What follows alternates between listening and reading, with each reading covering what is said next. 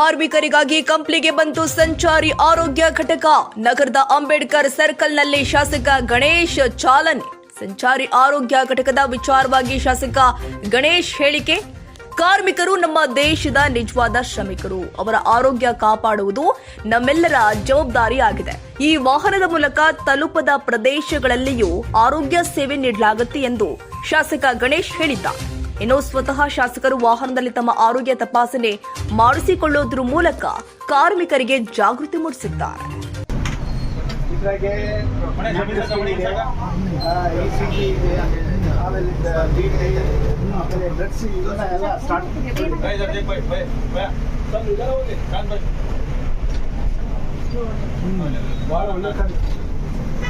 ಇದು ಒಳ್ಳೆ ಸ್ವಲ್ಪ ಗೊತ್ತಾಗಿದೆ ಸರ್, ಒಳ್ಳೆ ಬಟ್ ಎಲ್ಲ ಸ್ಟಾಫ್ ಇದ್ರೆ ಇದ್ರಾಗೆ ಒಂದು ಏನಂತ ಲ್ಯಾಬ್ ಟೆಕ್ನಿಷಿಯನ್ ಇದೆ, ಆಮೇಲೆ ಫಾರ್ಮಸಿಸ್ಟ್ ಎಲ್ಲ ಅವ್ರ ಸಕ್ಸಸ್ ಆದರೆ ತುಂಬ ಚಲೋ.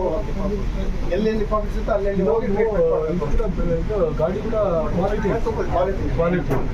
ಸುಮ್ಮನೆ ಬೇಕಾಗಿತ್ತು ಇದು ಮಾಡೋಕ್ಕೆ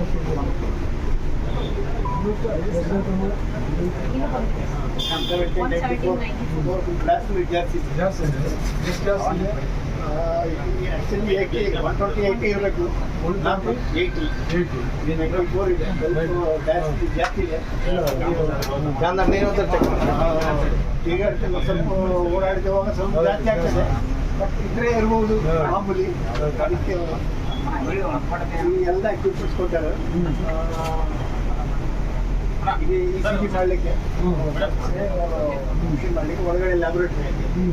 ಆ ಲ್ಯಾಬ್ರೇಟರಿಯಲ್ಲಿ ಲ್ಯಾಬ್ ಟೆಕ್ನಿಷಿಯನ್ ಮಾಡ್ತಾರೆ. ಎಷ್ಟು ಜನ ಡಾಕ್ಟರ್ಸ್? ಒಬ್ರು ಡಾಕ್ಟರ್, ಒಬ್ರು ಸ್ಟಾಫ್ ನರ್ಸ್, ಒಬ್ರು ಎಜುಕೇಶನ್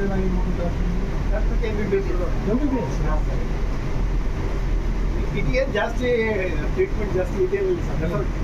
ಪ್ರಾಬ್ಲಮ್ ಇದ್ರೆ ಜಾಸ್ತಿ ರೆಫರ್ ಮಾಡ್ತೀವಿ. ಮೈನರ್ ಏನ್ಮೆಂಟ್ಸ್ ಇದ್ರೆ ನೀವೆಲ್ಲ ಆರ್ಟ್ ಮಾಡ್ತೀವಿ ಗಾಡಿ ಅದೇ ಈಗ ಪ್ರಾಬ್ಲಮ್ ಸರ್ಕಾರಿ ಹಾಸ್ಪಿಟಲ್ ಮತ್ತೆ ಅವ್ರು ಮಾಡ್ಕೊಂಡು ಅದಕ್ಕೋಸ್ಕರ ಎಲ್ಲಿಂದು ಸ್ಟಾಫ್ ಇದ್ದು ಚಲೋ ಹೋಗ್ತಾವ ಅಂತ